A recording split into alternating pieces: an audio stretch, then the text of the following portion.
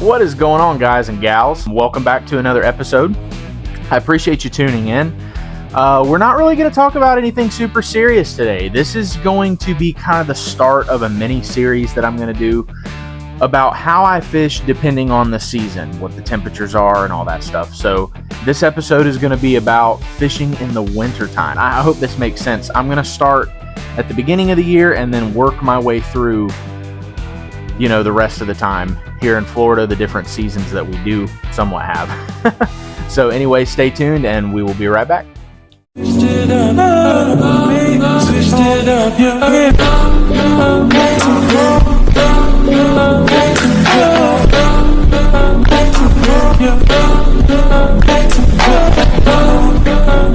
Now, this may vary depending on your state, where you're at, so please make sure that you ask some reputable people around you for advice, depending on where you live at in the country. But this is what I like to do during the wintertime. These are some little things that I have learned that really helped me understand wintertime bass fishing for what I, can do. So most of you guys know I don't have forward-facing sonar, so that's out. That throws it out. I actually currently don't even have a graph with side scan or down imaging. I don't have it. So I have to go back to the basics. I actually learned this from Jimmy Houston.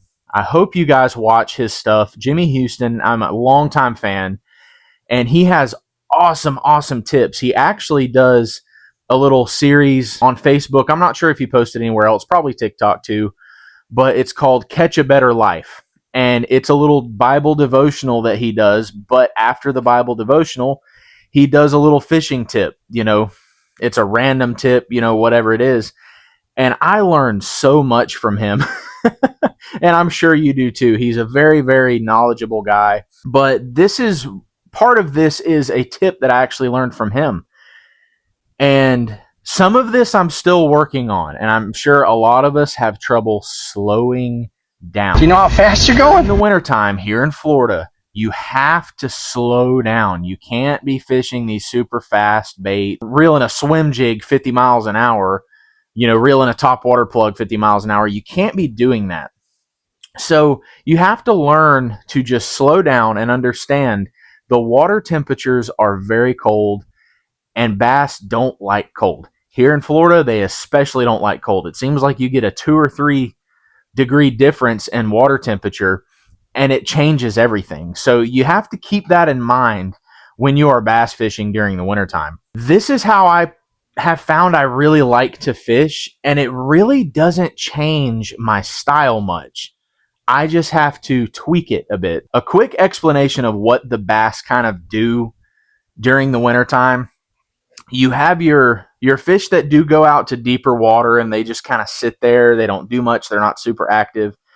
You do have some smaller bass that are pretty active, but for the most part, they're pretty lethargic. But then you also have your fish that do stay shallow, which you always have some shallower bass year round, depending, on, water temperature and whether or not there's good oxygen levels in the water. But you typically always have those bass that stay shallow. For me, and I know for a lot of guys that don't have a lot of the fancy graphs and forward-facing sonar and some of those tools to use, this is something that will make it a little easier on you. Go shallow. That is my tip. Go as shallow as you possibly can. You want thick cover, first off. You want really thick cover, but little pockets in the cover, clumps of cover, that are kind of isolated. You want to look for something a little bit different. But I'm talking a foot of water, a foot and a half of water, maybe 2 foot of water, something really, really, really shallow. And stick with it. Slow down. And I'm not telling you to change any of the baits you normally fish with, because I know most of you guys, if you're like me, you like a Texas rig. You like fishing a swim bait. You like fishing a Senko. You like fishing a fluke, flipping and pitching, stuff like that. Keep that. Okay, keep those things, because those are very key to at least my style that I have figured out during the wintertime. So most of the time, if I'm fishing shallow, this is around the size swim bait that I'm using, whether it's weighted or it's weightless and I'm burning it across the top. Something around 5 inches is usually my go-to. But during the wintertime, this doesn't seem to get very many bites. It just doesn't. During the wintertime, you have to downsize. And so that is where little swim baits like this come into play. 3.5 inch, max 4 inches long on the swim baits. Here's the Gambler Little Easy. That's a little swim bait, but that's what they're looking for. Even like this is the Bitters swim bait. This is, I think, a 4-inch. I think it's a 4-inch. This is a great swim bait to go with. It's not too big, not too bulky, and you can slow it down. Here is my tip for your swim baits when it comes to wintertime. You want shallow water, you want heavy cover, and you want to get it as close to that cover as possible, or you want to look for a pocket in that cover.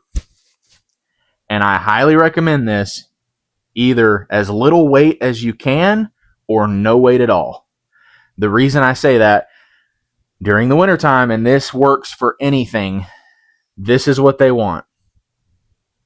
That slow fall. They do not want a bait that hits the water and goes to the bottom. They don't want that. They want a really, really slow fall. They want to see that paddle tail just barely kicking. And that's what they want when it comes to a swim bait. Now, what I'll do, and you can throw this on a belly-weighted, EWG hook, a swim bait hook, but I find it's just better and it slows me down a little bit more when I throw it weightless. So this right here is all you need for the swim bait. This is a Laser Sharp Pro Series. Let me show you the pack here. This is the Jason Christie. I get them at Walmart. They're great hooks, guys. This is a 5/0, okay? And it actually comes in a 12-pack for like $4. These things are awesome.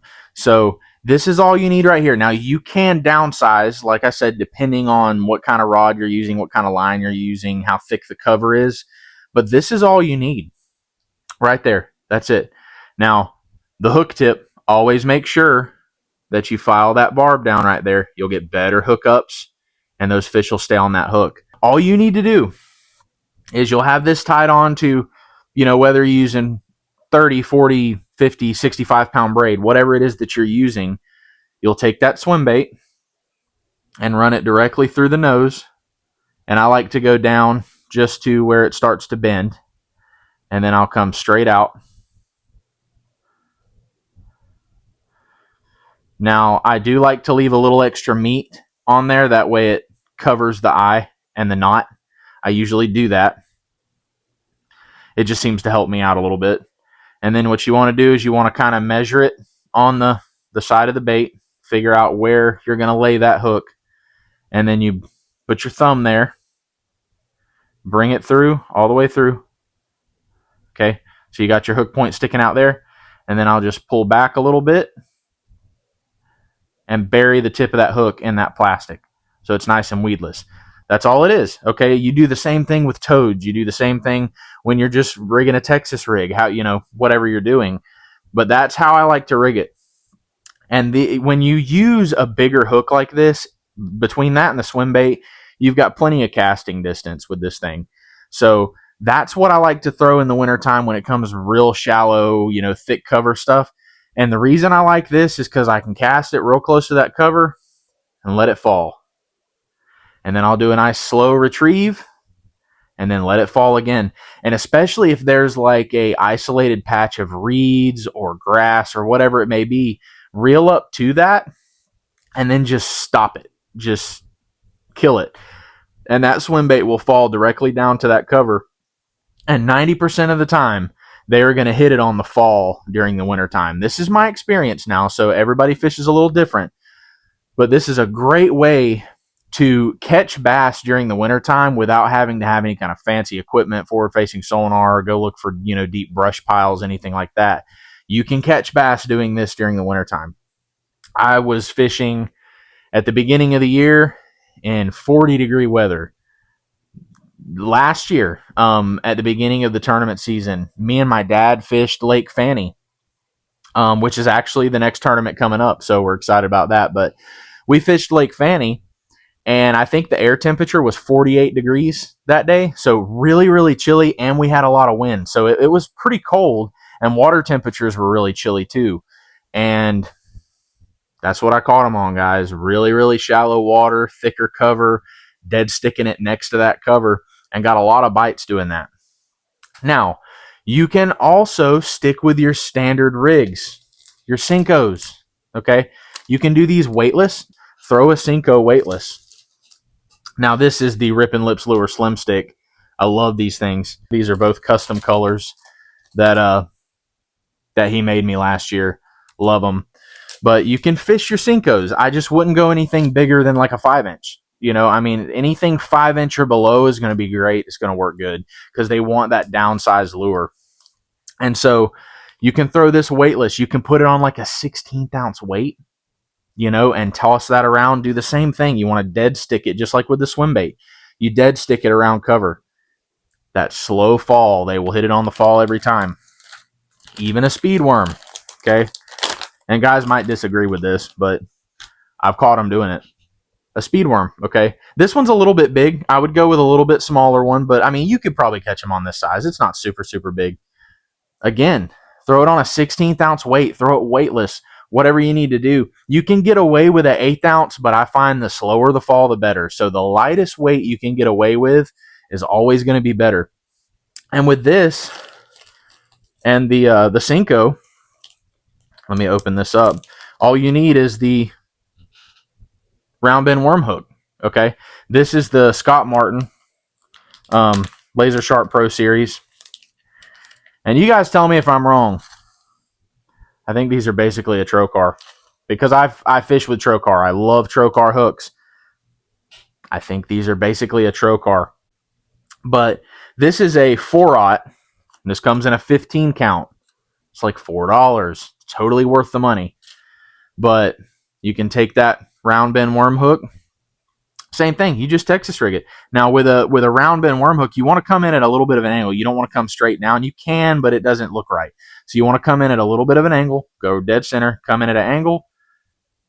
Come out about 1/4 inch, 3/16 of an inch, 1/4 inch, somewhere in there. Okay, you got it in there now. And then you want to see where that hook lays on the side of that bait. And then what you want to do is just bring it. And you want to make it to where it's just barely not coming out of that plastic, okay? That one's not perfectly straight, but you get the idea. So that is a great way to catch them during the wintertime. And you do this same thing with the Senkos, okay? With a Senko, with a speed worm, you do not need an EWG hook. It's completely unnecessary. I know a lot of guys fish that way, and that's fine. You do you. You don't need that much hook for a little bait like this. For the diameter of it, you have got plenty of meat or plenty of space, plenty of gap in the hook for that fish to get hooked. I mean, look at that. That hook's already sticking out, ready to go. So that's all you need. And again, you can throw any of this stuff weightless. It just depends on your conditions. If you're dealing with some wind, you might want to put a weight on it. Now, I find with the swim bait, I don't really need a weight on it, but I will say this, for feeling where your bait is, that 16th ounce weight, it does help a little bit if it's super windy conditions. But yeah, you can throw it like that. Now, on these smaller swim baits like this, you need to downsize your EWG hook. See how big that hook is? You don't need a hook that big. So get something a little bit smaller. You may not want a 5-aught. You might want to go with like a 3-aught or something like that. You know, this is a 4-aught, so you might want to go down to a 3-aught. Now, I don't know this because I haven't even looked at it. I've always just used the EWG for my swim baits, but here's a round bend worm hook. I think this hook's going to be too long, but let's test it out and see. We're going to learn something together. Just do it like I did the worm. Yeah, actually, that ain't so bad. Yeah, I don't know if I would like this, but I mean, you dang sure have plenty of gap with that. So I think on these smaller swim baits, you can probably get away with that round bend worm hook. because, I mean, you've got plenty of meat for them to get that hook, plenty of gap in there. So anyway, that might be a good option for you. Just use the round bend worm hook for the swim bait. I might actually start doing that for some of these smaller ones. It'll give it a little bit of a sleeker profile. But I'll let you know how that works out. But yeah, you might want to downsize your EWG hook for the smaller swim baits. You might want to go with a round bend worm hook like that. Same with this one. You know, it's a smaller. I believe this is the Strike King, the KVD Caffeine Shad. Maybe it's Caffeine Shad. I can't remember the name of it, but this is a great little swim bait for the same thing. It has a nice slow fall. Now, another one you can use. This is one that works great. And you basically fish it the same exact way you do the swim bait, but you can actually fish this one a little bit slower than you can the swim bait, and that is a fluke. Okay, that is a smaller profile bait. You know, it just resembles a shad. That's all it does. And again, with that, you can. Now, a lot of guys fish EWGs with these. I find that they get hung up a lot, and it's just too much of a hook. But if you take the round bend worm hook, and I'm not wasting this stuff, guys. I will tie this stuff on and fish it. I'll just leave the hooks in it so I don't tear up the soft plastic. But same thing. But with this, you have that cavity at the bottom. So you got plenty of gap, especially with that cavity. Because you can see where the glitter stops on this side. That's the end of the cavity. So you actually have that hole from the glitter all the way over of gap.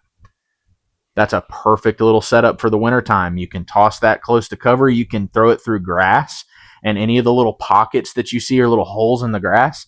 Let this sucker fall down in there and just see, you know, let it go all the way to the bottom. You might want to just let it sit there for a minute, then give it a real light twitch. On that fall, you're going to get that bite every time. I guarantee it. And then something else when it comes to flipping and pitching, okay? Yes, flipping and pitching does work during the wintertime. It's a great way to catch bass. But you might not want to go with something like this for your flipping bait. Let me get this. You might not want to go with something with all those appendages, okay? You need to go with something a little more standard, a little more flat, something that doesn't have a ton of kicking action, something that doesn't have all kinds of moving parts. And in all reality, flipping a Senko is going to be your best bet. You know, you can downsize, you know, you can go to a 4.5 inch, use the 5 inch, whatever you want to do, but go with something that has very little action to it, because that's just what they want. They don't want a ton of kick, because nothing during the wintertime when the water temperatures are cold has a ton of life to it, if that makes any sense. So, but definitely downsize your weight, you know, depending on your cover. You might not want to go with a 1/2 ounce. It's got a really, you know, heavy weight to it. It'll fall really quick. Now, you can control the fall if you've got thicker grass. So you can toss it over in there and stop it, and then you can use your rod to slowly drop that bait down. So there's that option, but I just prefer to go with a little bit lighter weight. So if I'm fishing thick cover during, you know, the spring, summer, fall, I'm probably going to be using a 3/8 ounce to a 1/2 ounce, maybe a 5/8 ounce. I have had to go up to the 3/4 ounce weights before with a flipping setup, but the lighter you can go, the better anyway. So during the wintertime, you might want to flip and pitch a 3/16 or a 1/4 ounce and get that little bit slower fall, and you can pick up bites that way. But just go with something that has a little less action to it. Those are my tips for wintertime bass fishing for the guys that don't have all the fancy equipment. Go find you a really shallow flat that has a lot of cover in it, a lot of thick cover, and almost you want like a wall of cover up against the bank. And make sure that you hit all those little pockets. Make sure you hit the little holes in the grass, any of the isolated patches of reeds, pads, grass, anything like that. Those bass will tuck up in that thick cover during the wintertime here in Florida. And if you put a bait right next to that cover or right in that cover and give it a nice slow fall, you'll most likely get that bite. So hopefully this helps. that's my tip for wintertime fishing here in Florida. If you guys have any questions about it, let me know. If I don't have the answers to it, I will make sure that I find somebody who does. But guys, we are getting so close to giveaway time. I now currently have, I believe, 155 subscribers. So we will be doing the giveaway at 200 subscribers. So y'all make sure y'all keep subscribing. Make sure you're sharing my videos out. Make sure you're telling people about the channel. It means a lot to me. It's a dream come true, really, because I never thought that I would have the support that I have currently. So I'm really excited to see where this goes. And we're going to do a great giveaway. I'm going to work with Rippin' Lips Lures. They make great stuff. They make all kinds of stuff. And they do custom colors. So I'm going to get some cool stuff from them. I'll work with them on that. There's another company that I actually spoke with the other day. It's called So Sick Plastics with an X. And I've been seeing their stuff all over my Facebook page, I guess in some of the fishing groups that I follow, and they are making some awesome soft plastic. So I spoke with him the other day. He's down to work with me and send some cool products that I can get shipped out to you guys once we figure out, you know, the subscriber situation, get up to 200 subscribers. So very, very excited about that. And I don't know if this is a for sure thing. It depends on if I have enough inventory to be able to do so at the time, or if I haven't sold it yet. But I might even throw in one of my custom glide baits. We'll see about that. Let me show you what I've been working on. This is a custom order that I'm doing for my buddy Chase in the fishing club. By the way, go check out Chase's channel. He has an awesome channel. But he requested a custom color glide bait. It is not complete yet, but this gives you an idea of what we're looking at. So this is the two halves. That's what we're dealing with. You can see the G Glide there. But yeah, so this gives you an idea of what I do, and obviously you guys have seen some of the other ones that I've made.